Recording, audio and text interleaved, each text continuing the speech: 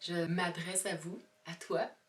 J'espère que ce qui va sortir de ma bouche va te parler particulièrement à toi et que tu vas avoir des petits neurones qui vont s'allumer et des expansions de conscience et une réappropriation de qui tu es dans une grandeur que tu n'avais peut-être pas imaginée.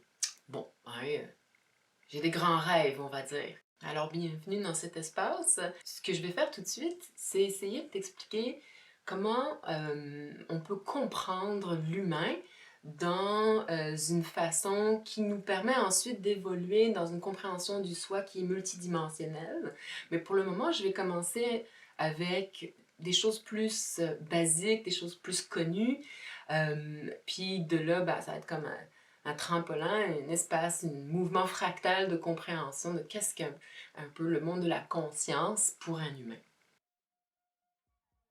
Donc, à la base, toi et moi en ce moment, on peut être en train de communiquer parce que ben, on a, en tant qu'humain, un développement d'un certain corps mental, d'une certaine capacité mentale.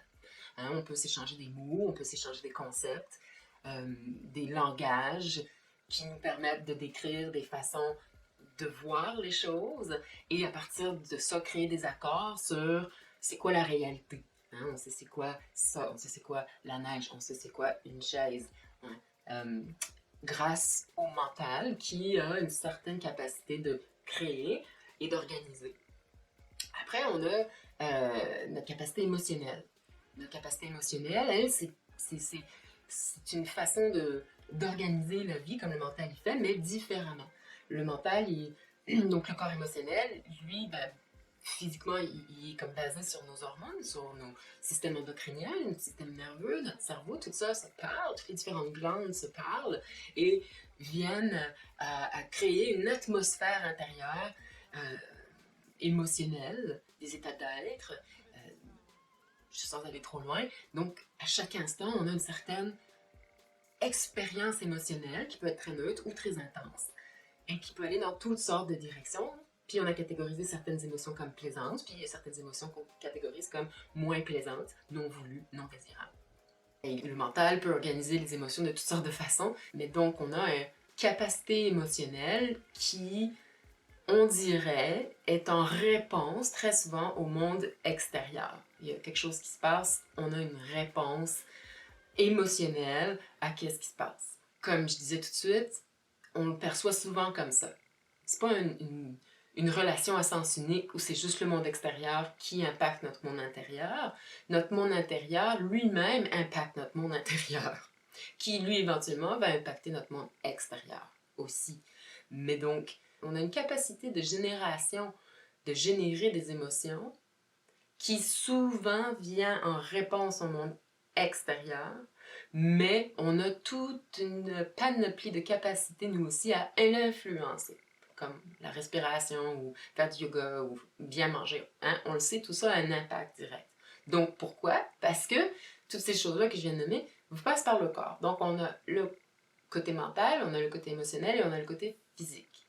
Le côté physique, ben, c'est le plus facile à définir parce qu'il semble vraiment défini avec sa peau et toute cette organisation de cellules semble vraiment créer une entité physique. Une entité physique, mais qui est tout le temps en mouvement. Hein? Elle est constamment, le sang est en train de circuler, l'air est en train de rentrer, sortir, nos os même, tout en nous est constamment en train de s'adapter dépendamment de ce qui se passe dans le monde intérieur, dans le monde du corps, au niveau des émotions, au niveau du mental et au niveau de la demande physique. Est-ce qu'on est en train de courir? Est-ce qu'on est souvent en train de porter quelque chose qui fait qu'il y a un muscle qui travaille plus et donc ça peut même aller à éventuellement l'os répondre d'une certaine façon, se fortifier ou mettre de l'énergie ailleurs, dépendamment de comment le corps est interpellé, comment le monde dynamise le corps physique. Donc, on a le corps physique, un corps énergétique physique, un corps énergétique émotionnel et un corps énergétique mental. Ça, on pourrait dire, c'est 3 dimensions, sont un peu la base du véhicule multidimensionnel de l'humain. Mais là, on va juste garder ça, c'est la base de l'humain qu'on connaît. Hein? On connaît tous ça. Et donc, ce véhicule humain, ça lui prend un conducteur qui est, roulement de tambour, brrr, Lego! Tu l'as eu? Ah, en tout cas. Hein? Tout de suite, on va le mettre ici comme conducteur. Bam! Fait que, tu sais, tu peux te reconnaître là-dedans. Hein? J'imagine que tu as déjà vu que tu avais des pensées, puis des émotions, puis un corps physique. Tu as peut-être même vu que tu as une préférence pour l'un ou plus que l'autre. Peut-être que tu as un jugement qu'un est mieux que l'autre. Hein, pour te donner un exemple, on va généraliser. Hein? Des fois, on va généraliser. Tu peux avoir un intello qui n'est pas à l'aise dans son corps et qui fait donc moins de sport, comme tu peux avoir un sportif qui est vraiment dans son corps, puis qui ne favorise pas nécessairement développer l'intellect. Ni l'un ni l'autre est plus important. On peut aussi avoir toute notre relation émotionnelle, c'est-à-dire est-ce qu'on est à l'aise avec les émotions ou est-ce qu'on n'est pas à l'aise avec les émotions? Est-ce qu'on s'identifie à quelqu'un qui est émotionnel? Moi, je sens. Ah, je sens, tu sais, je me sens, je te sens, je sens. Puis on peut aussi avoir la partie donc plus intello que je pense que ouais non mais je me dis tu sais que je pense en tout cas ouais qu'est-ce que t'en penses qu'est-ce que t'en penses donc on peut se reconnaître là-dedans et on peut voir lequel on a une tendance à favoriser ou lesquels. Donc tout ça est dirigé par l'ego. Donc on a un quelqu'un. Eh bien, ça donne qu'il est dans un monde où il y a d'autres quelqu'un. Il y en a d'autres des quelqu'un de même. Hein? Il y en a d'autres qui ont des corps physiques, des corps énergétiques physiques, des corps énergétiques émotionnels, puis des corps énergétiques mentaux avec des petits égos. Puis c'est vraiment cool parce que ils ont des yeux puis des oreilles et qu'ils sont entrevus, tu sais, puis ils ont commencé à échanger. Puis dans ce processus-là, ça a créé une sorte de relation. Et pour pouvoir être en relation, ça a créé un espace, hein, on va le mettre de même, un espace dans lequel ils sont en relation. Puis ils sont en relation. Et donc, pour pouvoir être en relation, il y a une partie de eux qui est complètement à propos de comment être en relation. Là, peut-être que tu t'y connais un petit peu en chakra. Peut-être que tu sais déjà comment ça s'appelle. J'ai envie de te l'expliquer avant de te dire comment ça s'appelle, mais je vais tout de suite te dire comment ça s'appelle. Ça s'appelle l'astral.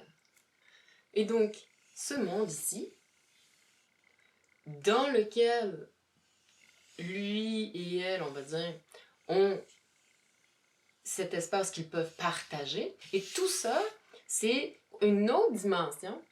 C'est la 4e dimension. Puis je vais t'en parler un peu plus dans 2 secondes. C'est la 4e dimension qu'on appelle aussi l'astral. Là, on va juste déposer des petits chakras. Hein? Le chakra de la racine est ici. Ensuite, on a le chakra émotionnel. Ici. Le chakra mental. Wouhou! You l'ego! Et ce petit chakra-là, le petit chakra de l'astral, le petit chakra où toi et moi, on rentre en relation, tout ça ici, là, nous, on est dans là pour qu'on puisse se jaser, pour que je puisse te parler de ta 3D, faut qu'on soit dans la 4D. Pour pouvoir te parler de ta 2D, faudrait au moins qu'on soit dans notre 3D, tu sais. Je peux pas te parler d'un truc dans lequel on est dedans.